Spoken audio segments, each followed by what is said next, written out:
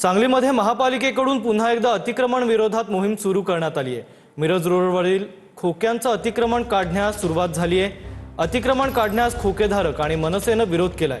मनसे जिल्हाध्यक्ष तानाजी सावंत आणि प्रशासनामध्ये बाचाबाची झाली आहे, तर बिल्डर लॉबीसाठी कारवाई होत असल्याचा आरोप मनसे जिल्हाध्यक्षांनी केलाय।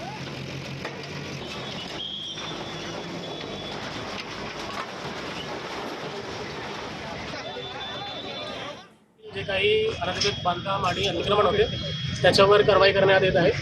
इथे मोठा प्रमाणात आणि बरेच दिवसापासून नशाखोरीचा अड्डा तयार झाला होता आणि इथे जे काही अनधिकृत बांधकाम आहे त्याच्यावर आम्ही कारवाई सुरू ठेवणार आहोत। जे काही अशा इन्सिडेंट होत आहे ज्या ठिकाणी प्रायव्हेट इमारतीमध्ये नशाखोरीचा अड्डा आहे तिथे रितसर त्यांच्याबद्दल पोलिसांना कंप्लेंट करावं लागेल। पोलीस त्याच्यावर ॲक्शन घेतील। महापालिकेच्या तर्फे अशा ठिकाणी कारवाई इथून पुढे चालू असते। जिसको समझाता हीरो वही निकला लुटेरा अशी या आयुक्ताची गत झाले। रेल्वेची जागा आहे, रेल्वेच्या नावावर सातबारा आहे। इथं कुठल्याही प्रकारची नशेखोरी नाही। मी स्वतः निमंत्रक आहे भयमुक्त नशामुक्तीचा। इथं कुठल्याही पद्धतीचा काही गैरकारभार नव्हता। केवळ विकासकांना या बिल्डर लोकांना मदत करायसाठी ही जागा तोडायचं काम चाललंय।